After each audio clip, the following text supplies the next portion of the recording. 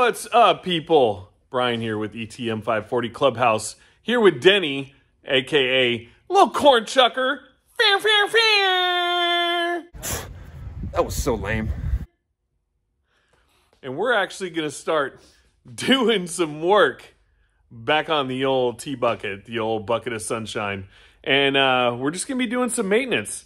But we're also going to finally pull the cover off this beast and get that thing ready for the upcoming car shows, because there's some cool stuff going on that's coming up. We have West Coast Customs here in town, and then upcoming just local, just cool stuff. You'll see. I'll show a video. But we're going to pull the cover off this beast, our 1962 Chrysler New Yorker, and give you a little walk around just so you can kind of see what we're working with, because this thing is badass, and it is the family beast. We just had a engine swap done, and we'll get into the details with that. So let's just uncover this thing and go from there. Come on, let's go. Let's go. Let's do this.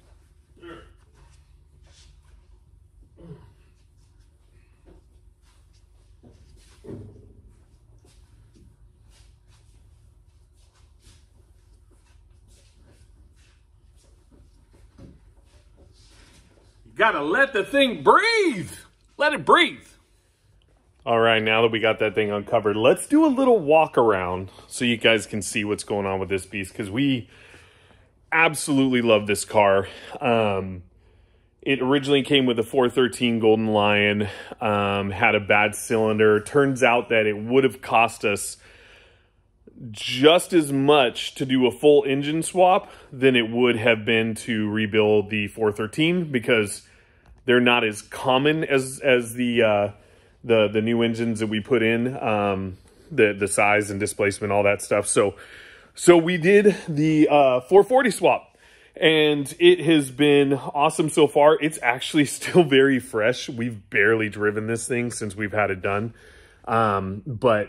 And you know, I mean, the condition of it is definitely like in our realm. It's survivor condition. All the interior paint, you'll see all that. And as much as we wanted to keep it legit 413, keep that Golden Lion in there, it just made sense financially for us to do it this way.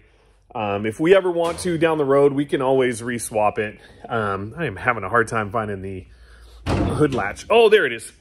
And, yeah, we're really happy with it so far. So, yeah, let me flip this thing around. You can see what we're working with. And there she is, which is just beautiful. We have an Edelbrock carb on, 4-barrel carb, with the Moroso, air cleaner cover. You know that adds at least 400 horsepower. And there's not much to say. I mean, it's pretty simple. It is an AC car. We did put the MSD ignition in. But, I mean, pretty much everything is stock in here, honestly. Other than the overflow.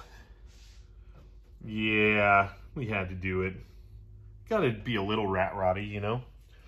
So, plus I don't drink, so I couldn't do a Jack Daniels bottle like which most people do. So we use pink lemonade. Why not? But that's the engine bay. And as we move on into the interior,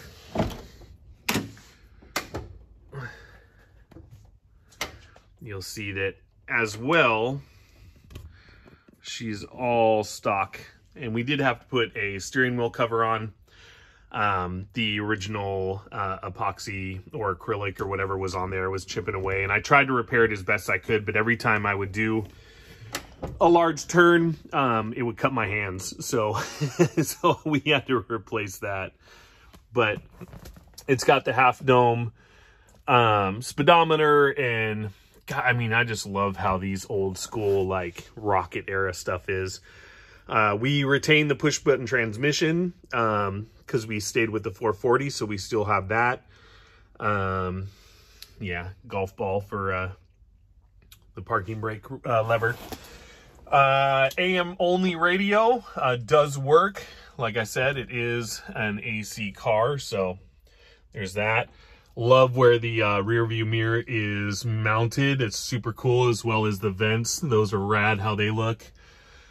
And then we made this dash pad because underneath this dash, it is just trashed. So, but the interior is all original as far as I can tell. And it is a power window car. So we do have power windows. Only downside is only the driver's side front and rear has functioning motors in it. That side does not. So at some point, we're going to do a video about converting those over to just levers and just doing a handle on it, because I cannot find the motors for these things. So if anyone knows where to find them, let me know. Let's check out the outside, see what we got going on. So this is all original trim. It's all there and in freaking great condition too. It does need a polish, but honestly, like, with the minor, maybe little like boom, boom, booms you see here and there, I mean, for the sake of the fact that it's all there is just amazing. So, and we still really haven't even polished it up yet. We've just mainly been cleaning it as best we can. But as you see, all OG, love the rear bumper and how that thing sits in there like that. Non-stock wheels and tires. We're eventually going to switch those out again at some point, and this thing is going to get bagged because I think these belong on bags. But until we can afford doing that, we'll probably just do a 2-inch drop and then have it sit a little bit lower and then go from there. Rear window is just so badass in this thing. It's like a big fishbowl. All the windows, all the little vent windows work and function. Wipers do not. Well, they do function, but we need new blades. And then this rear view, which is only on the driver's side, and it was optional to have it on the passenger side. That one fully functions, so that's cool. And then let's get into the back, or the spare bedroom, as I would call it. Because, quite honestly, this thing, is massive. And welcome to our studio apartment. Yeah, quite literally, the boys, both of them, can fit in here comfortably and take a nap if they really wanted to. So yeah, that's it. I mean, for the most part. So we're gonna also work on this. We do need to do a brake adjustment. We need to fix the right front flat tire. I am going to just plug it for now, and then eventually take it to my tire guy and have him put an inside plug on it. And then at some point we do need to switch out a couple of the rear studs and have those swapped out. So, but we'll get to this one after we do the T-bucket, because the T-bucket is going to be a little bit easier of a job. We're just going to be doing a oil change and new spark plugs, and we're going to bring out our inner Richard Petty and use the old STP on this sucker and make it happen. So let's get to it. Let's get this car jacked up and make this happen. Come on, let's go.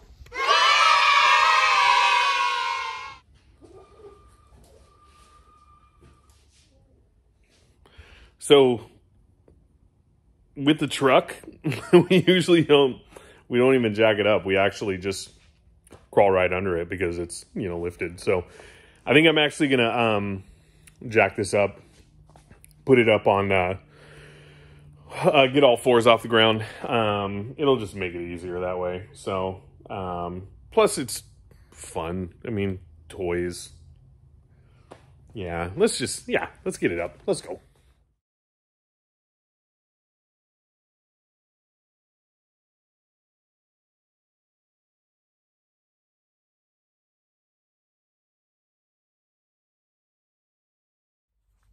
After looking at it and jacking up the front end, it pretty much leveled it out in comparison to the rear, because when we put the new shocks on, we lifted the rear up. So now the engine and the chassis is pretty much kind of level enough to where I feel good about the oil not being towards the front of the pan. So we're going to get it all out.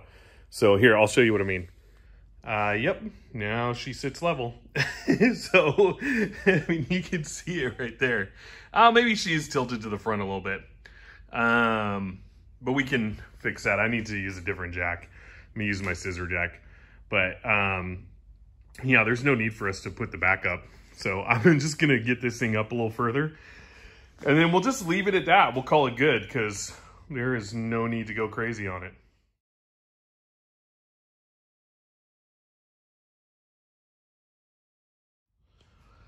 So I don't know how the rest of you do it, but I always leave my actual jack, unless I really need it, under there just in case. Just as a little security device. So yeah, so she's pretty much level now. Which is rad. And now that I'm looking at it, this thing would make a sick little gasser. But it's not my car, it's Rhonda's car, her choice. But yeah, let's go ahead and pull the drain plug and start working on this. Nailed it. Oh crap. A little too much.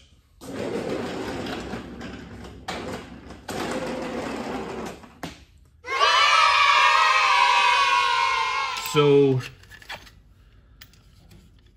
the oil has never been changed in this car since Rhonda's had it, which isn't a bad thing, because I know for a fact we haven't done 3,000 miles since she's had it, but who knows for the previous owner. So it'll be interesting to see what the oil looks like. And that is not a 15. That is definitely a 14. And answer me this, car people. For an American brand, why is it that drain plugs are a metric size and a lot of other stuff is standard? I've never really gotten that. So if you know, let me know. But let's check out this oil.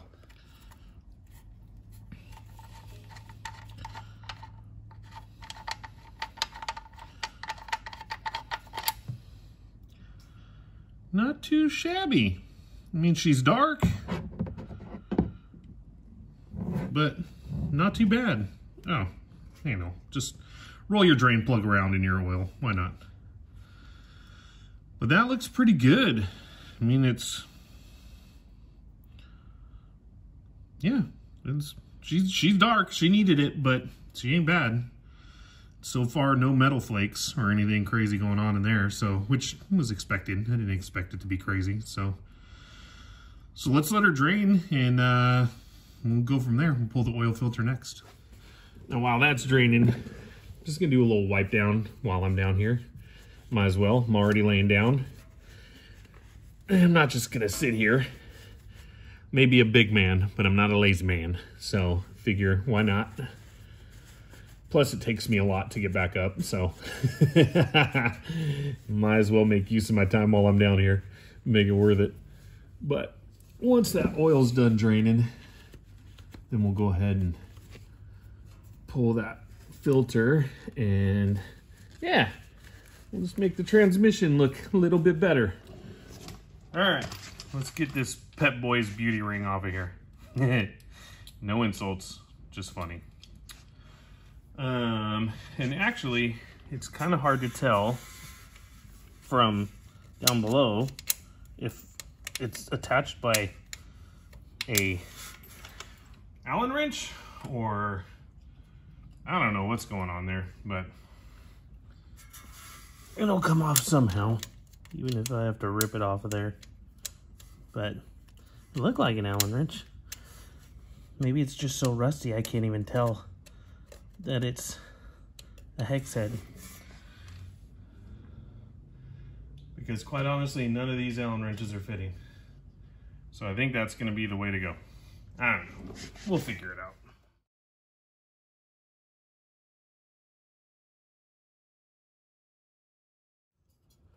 Now, it makes sense as to what or why they use what they use when they put this on, because, you know, it's all exposed. You want it to look good. But I literally still can't figure out what is up with this thing. It's not, I mean, it looks to be Allen, but it's not. And when you twist that with the pliers, as you saw me doing, it just moves that whole thing. So, unfortunately, I don't think we're going to be able to put this one back on for now. We'll find another method of making it clamp. But the new oil filter we got is black anyways, so, and it's tucked up in there pretty good. So I don't think it's going to make a huge difference. So let's get that old oil filter out and get the new one in. Well, sometimes the proper tools don't always work out, so you got to go to plan B. And to tell you the truth, I've probably removed more oil filters with these vice grips than actual oil filter removing tools. So, yeah, they always tend to do the job. Although this one is on there. Oh, there it goes. So, yeah, now we can get this sucker off and... Oh my gosh. Put the new one on. God, aren't these supposed to be hand tight? Holy moly. All right. And now we can compare sizes and just hope that our guess at the auto parts store is correct. And it feels like we're going to be good. Oh, maybe not. She looks a lot smaller. Since we're already down here again, let's just go ahead and wipe that sucker up. Let's throw our drain plug back in, because I think we've let that sit enough. And then we're going to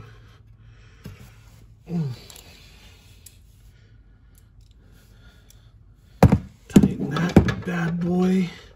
And it was barely tight when we first took it out. It was tight enough, not to where we should be worried, but you know, it was one of those things where you wonder, like, all right, how much longer could that have gone that route? And then we'll get that.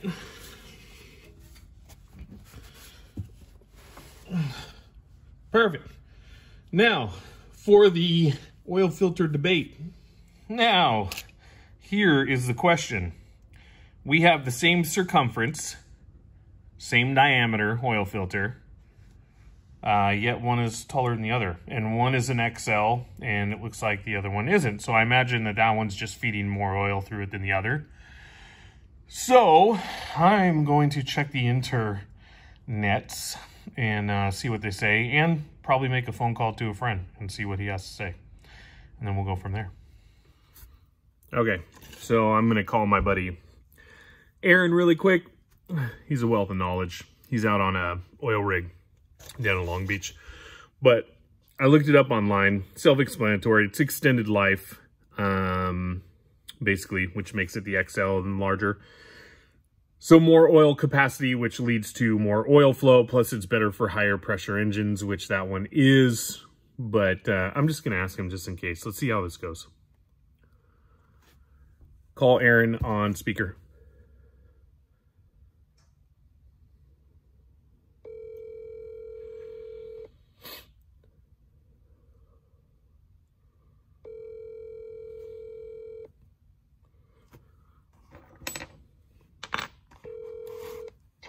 Bueno. What's up, buddy? How you doing? Good. Hey, are you working right now? Yeah. Are you busy, or do you got a sec? No. Hey, I got a quick question. For oil filters, have you ever done a replacement? Because I'm doing the oil change on the T-bucket, and we've never done it before. So I got an extended life, an XL oil filter, so it's a little bit taller than what was in there. That just means there's just more oil capacity, right? Everything will be fine? Yeah. Okay, cool. I just wanted to make sure. Does it put it closer to the headers? On that thing, the headers are way off to the side, huh? Yeah, it's totally fine. Yeah, there's plenty of room for it. I just want to make sure, just so that way I'm not, like, doing something dumb. And I just wanted a second opinion. So, plus, it just, yeah, it helps my confidence. You know what I mean? Yeah, and just make sure when you pull one off too, just match it. Take the new one and set it on top of the old one. Make sure the O-ring's in the same spot too. You know, I do that sometimes. Oh, right on. Yeah. No, I'll check that. Brands, I mean, or they could even have. It could just be something stupid different. You know, where the O-ring seal is. I mean, it could be bigger or smaller. Yeah. No, that's a good point. I didn't even think of that. So because I know the circumference of it was the same, but the O-ring probably good. Yeah, but still, that's a good thing to check. So, all right, buddy. Well, hey, be safe. Thanks for the info, and I'll chat with you later. Okay. Talk to you later. All right, buddy. All right, see ya. And that's why you phone a friend, just in case, because all that info makes sense. All right, so I don't know why we didn't film it, but we took a little break. Rhonda and the grandbaby came by. She's actually on her way to a wedding.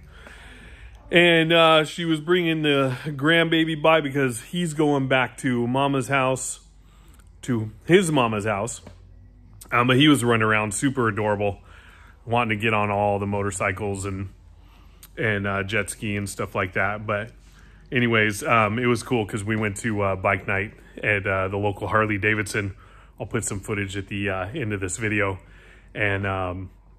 And he was just a riot there as well. So he loves the engines, loves making the engine noises. It's just adorable. But in the time that we were doing all that, now we got some skylight light. So we got some glimmer. I mean, just the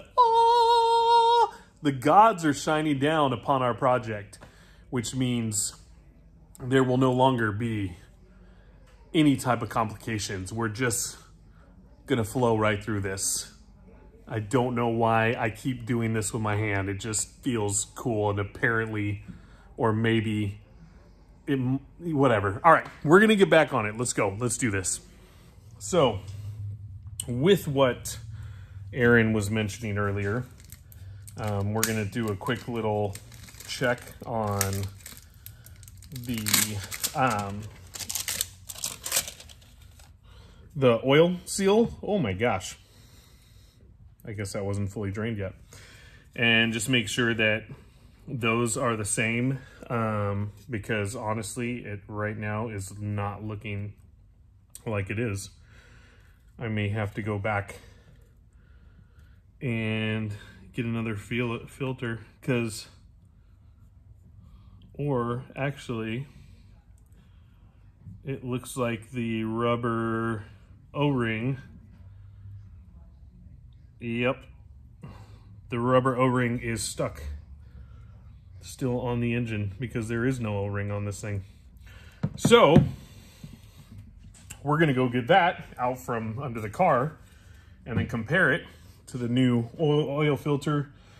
Make sure that's legit. It looks already, just by eyeballing it, it looks like it is, but I just want to double check, and then we'll just pop this bad boy back in.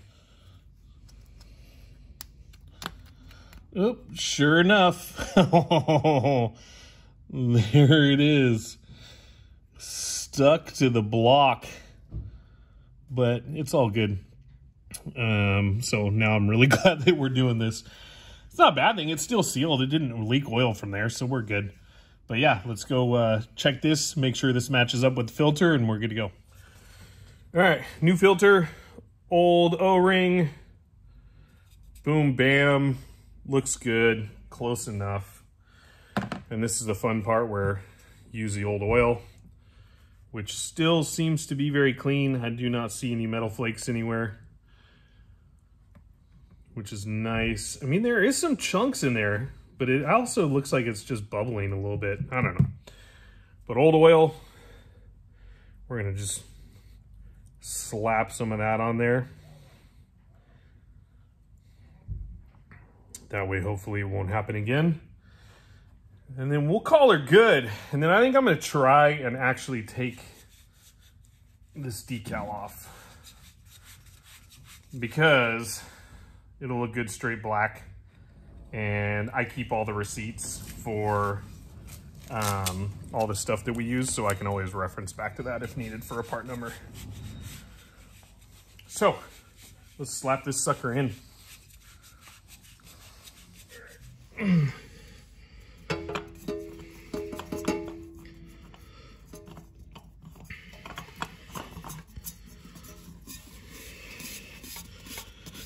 Nice. At least the threads match. That's always a good sign. And it's a good thing that I have greasy hands. So stupid. Oh, no. I don't know. Eventually I'll get the right tool for this, but it's all good. Anytime I've put one on my hand, it hasn't fallen off yet. All right, we're good. We're just gonna do a quick little cleanup. Recycle your stuff, guys. I make it a point to go to the local auto parts stores, whether it be O'Reilly's or AutoZone, and take advantage of their recycling center. So that way I know the oil's going to something other than a landfill.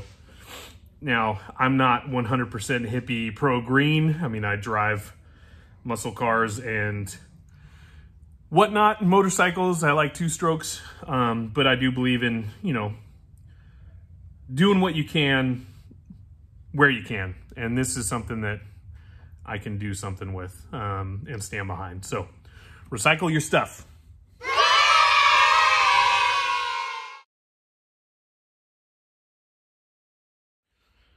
Oh, and a little squirrel moment. So while Rhonda was here, I actually hit her up about that little beauty cover and told her what happened. And she basically was like, this thing's got enough chrome on it. Let's figure out another way we can use it somehow. And then with her ingenuity and her instant thinking, we came up with this. Well, she came up with this. So somehow, in some way, we are going to make it into like a little phone or speaker or even like a Perrier type, you know, something holder. So that's not the exact spot, but it is nice and tucked away, and I'm pretty sure it's not going to be in the way of like your leg while you're driving, because literally your legs end up over here and not so much over there. And this is kind of a 2-footer, you use both feet to drive type of car. So yeah, so I think we're gonna repurpose it and see about making a cup holder, phone holder, something holder, whatever you wanna call it. Just, I don't know, a holder thing. All right, let's see about getting back to this filter. But props, good idea.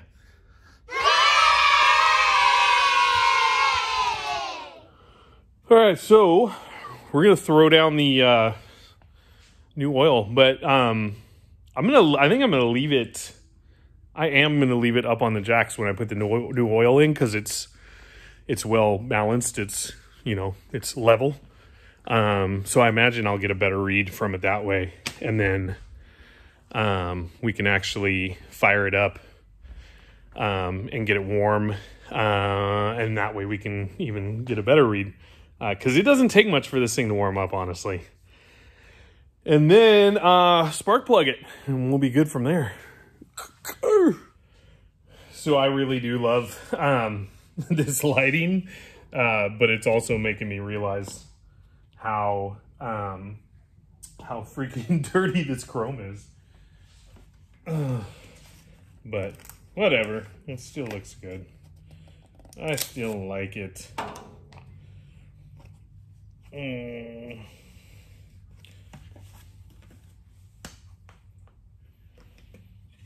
All right, try and do this without making a total freaking mess.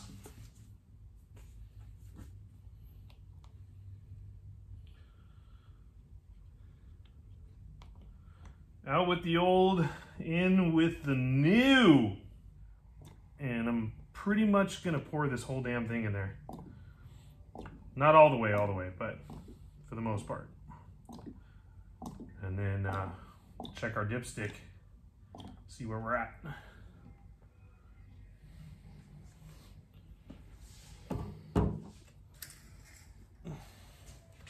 Yeah, this thing is so adorable.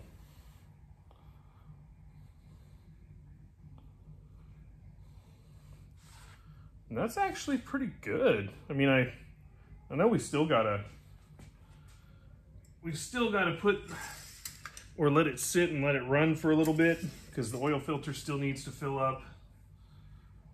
But that is right. Oh, no joke. I don't know if you can see it, but that is right on the full mark. So we're gonna call that good for now. Probably fire her up, let her warm up a little bit, let it circulate, and then we'll check her again. Because I know it's got to take at least a little bit more than that.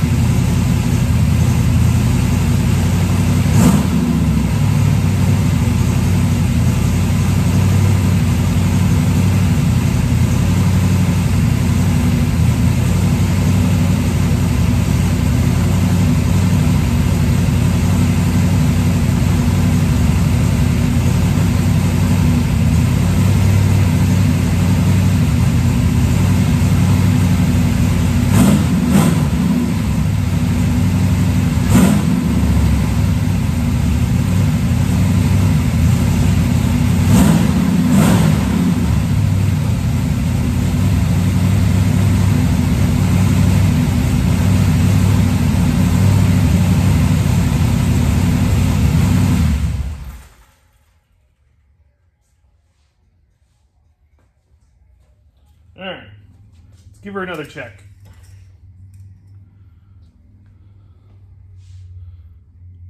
And she is way over full. I'm just kidding. We gotta just dip it one more time. You can't go off the first dip. But she's hot. She gets hot quick.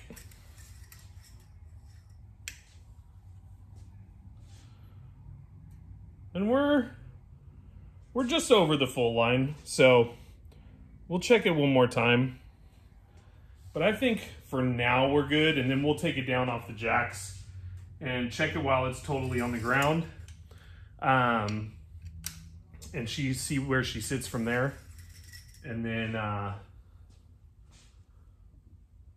yeah, because now I'm showing a lot less. So we may be dumping the rest of that in there.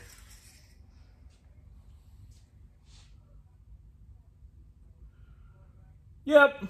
Yeah, we need to put the rest in. But we'll keep checking it, and as we go along, I mean, there's no way that one of the old big 5 quarts isn't gonna fill it up enough, that's for sure. So let's make that happen, and then go from there, get her on the ground.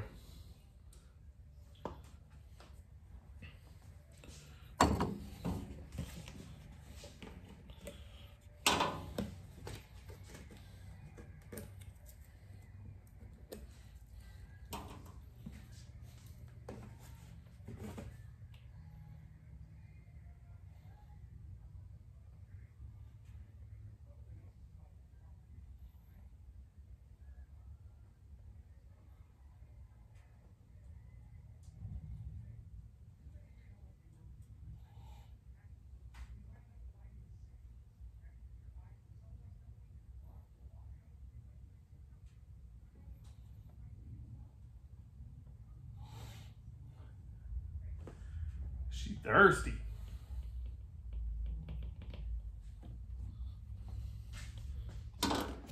Kobe! Oh! R.I.P. Mama. All right, let's dipstick her one more time.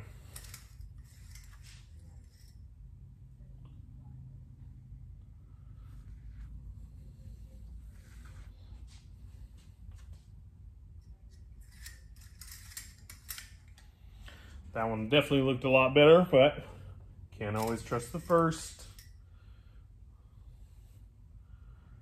Oh yeah, she's right there. Beautiful. Sorry, there's so much going on in the background, but she's good. We're gonna call her good. And as we run it, and we actually are going to end up taking this one back home. So as she gets ran to the house, once she gets back to the house, we'll check her again, and then we'll just make sure there's a quart of oil inside the car for the ride home, just in case. But yeah, that's good. We'll call her sweet. So now let's just get these plugs going after we just heated the motor up. Bye. So we'll actually let it cool for a little bit. We'll swap the spark plugs. Those are going to be quick and easy. I mean, they're so well exposed, and who knows what's going to happen. But we'll swap those out. Denny said he really wanted to help with that, so I'll get him out here. And then after the oil actually sits for a little bit, we'll check it again. We did get an extra quart just in case. So, yeah, let's get ready for these plugs. And, yeah, and then we're going to be good with the T-Bucket. Stoked. Shaquille O'Neal. Oh, come on, big guy.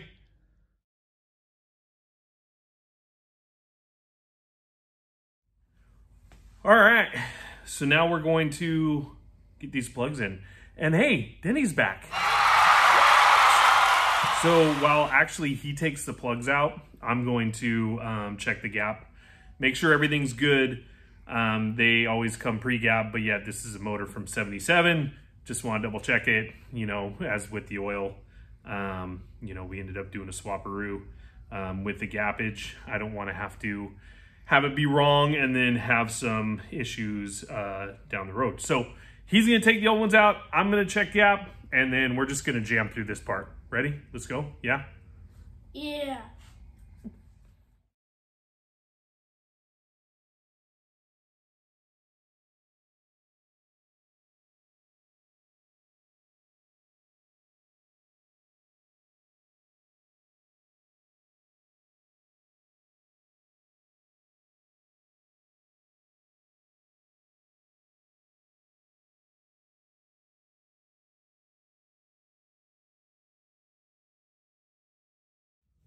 Okay, so I just made like a pretty awesome discovery, and something that may have factored into the reason why sometimes we have like some random days where the idle is really good and where it's not.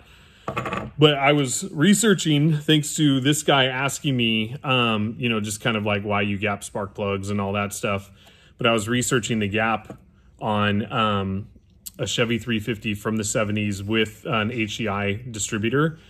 And it was saying that they needed to be gapped at point 0.045, and that point style distributor is actually gapped at 0.035, and the ones we pulled off were at 0.035, and the new ones we put on were at 0.045, and we have an HEI distributor. So I'm hoping that because this guy was curious and asked a question, that with that research that we did, that's going to make this engine run a bit better. So good job, Denny. Boom! Boom! Love it. All right. Let's give her a test shot.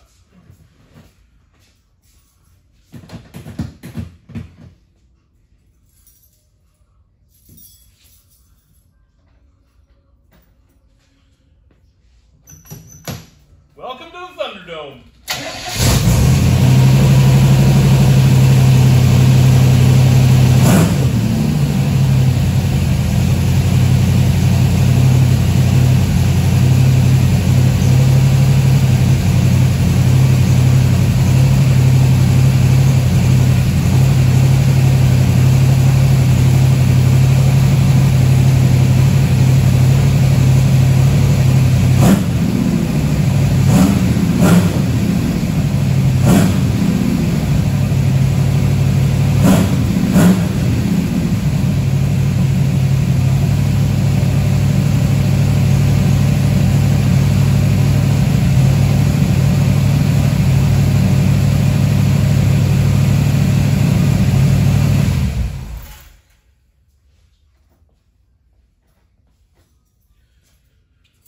All right, well, there isn't really like a major difference. It does sound a little bit better, but I don't know. We'll see. It's all going to be determined when Rhonda gets it back on the road and we take it back home. But other than that, that part's finished. So, boom. Good job, Dinners. Thank you. So next up, let's clean up a little bit, see where we're at. So basically, after checking it out and looking at just like the overall timeline of what I have video-wise on strictly just changing the oil on spark plugs on this beast, I have enough for a full video.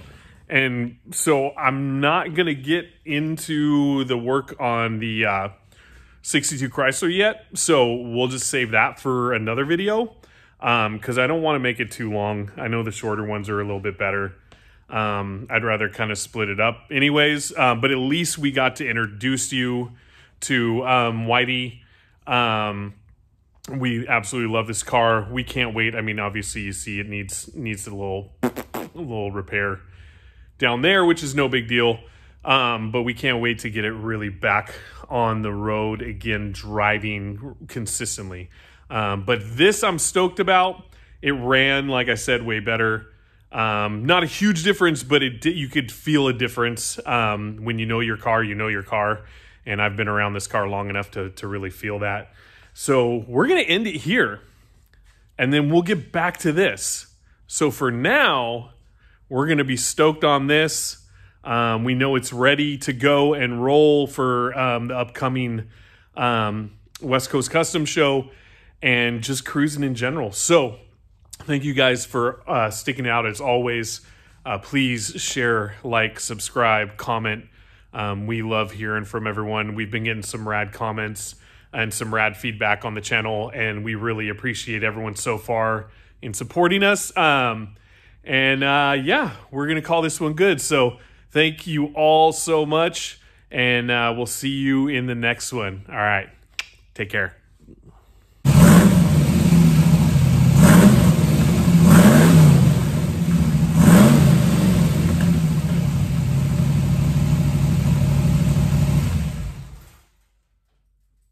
How'd that feel? Good. It's pretty exhilarating, isn't it? Yeah, like the body shakes. Yeah. Okay, hang on. Remember, don't touch the door. Don't touch this. And then be careful of your cap on them. There you go. Oh, sorry. You're good. Sweet!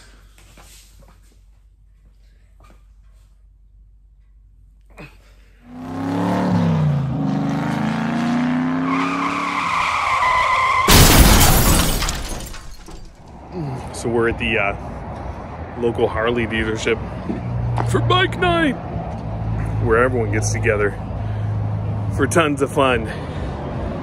Santa Maria Harley Davidson, baby. Looks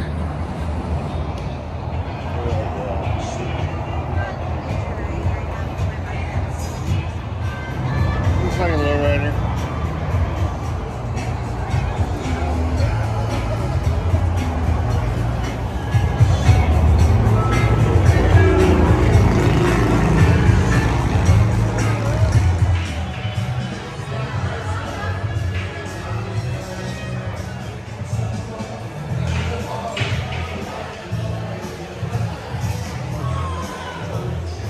So, one of the sweet things about this Harley shop is that they got some vintage display action going on, and us being bike people, I love seeing this every time. Even though I've seen it like 4 or 5 times or more or whatever, I don't even know.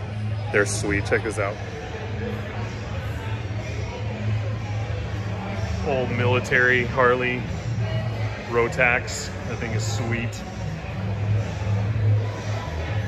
I think that's an old school hill climber. I'm not sure. Let me know if you know. And of course, the old school WLA. Just badass. Love it.